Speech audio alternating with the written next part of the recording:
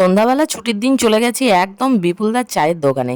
এক কাপ মাটির ভাঁড়ে সেই বিখ্যাত বিপুলদার চা নিয়ে দুজনেই দাঁড়িয়ে আছি, খেয়ে নিচ্ছি। তবে চাটাই এখানে শেষ না, অপেক্ষা করছি একজনের জন্য, আসবে ফোন করেছি সেই কারণে। তো চা খেতে খেতেই দেখলাম বসন্ত উৎসবের জন্য সবাই মোটামুটি বেরিয়েই গেছে। তো যাই হোক, বসন্ত উৎসব সবার বেশ ভালোই কেটেছে আশা করি। আমার কেমন কেটেছে সেটা তো ভিডিও মারফত আপনাদের সাথে শেয়ার করেই দিচ্ছি, আপনারা অবশ্যই কমেন্টে জানাবেন।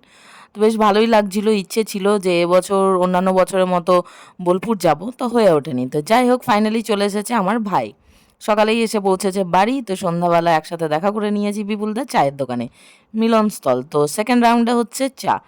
আর বিপুলদার চা একবার খেয়ে নিয়েছি, সেকেন্ডবার খাবো না এটা না, যতবার খাবো ততবারই যেন মন ভরবে না, এতটাই টেস্ট হয়। তো যাই হোক, আরেক কাপ করে নিয়ে চা শেষ হতে না হতেই আমি তো অপেক্ষা করছিলাম যে ভাইকে কখন রং মাখাবো। তো ওকে বলে মাখালে তো কোনো দিনই মাখতে চাইবে না, আমি তো বেশি ভালোবাসি ওই কারণে বললাম দে দে আমাকে বেশি করে লাগাতো। আমাকে কেউ রং মাখাতে চায় না, কেন জানি না।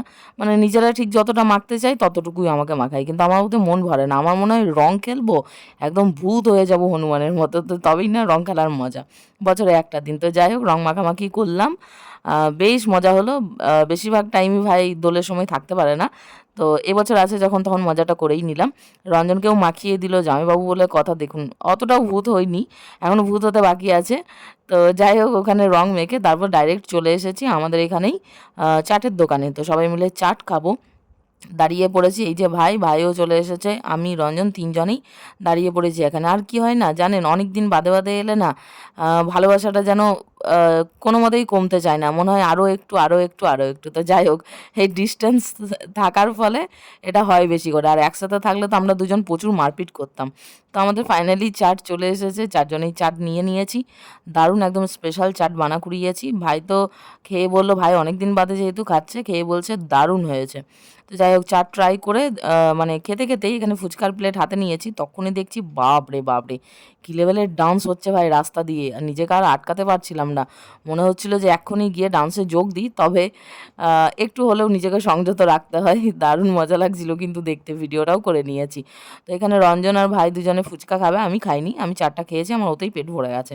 তো ফুচকা ওই রঞ্জনের কাছ থেকে দুটো মাত্র টেস্ট করেছি, খুবই সুন্দর ফুচকা বানায় দাদা।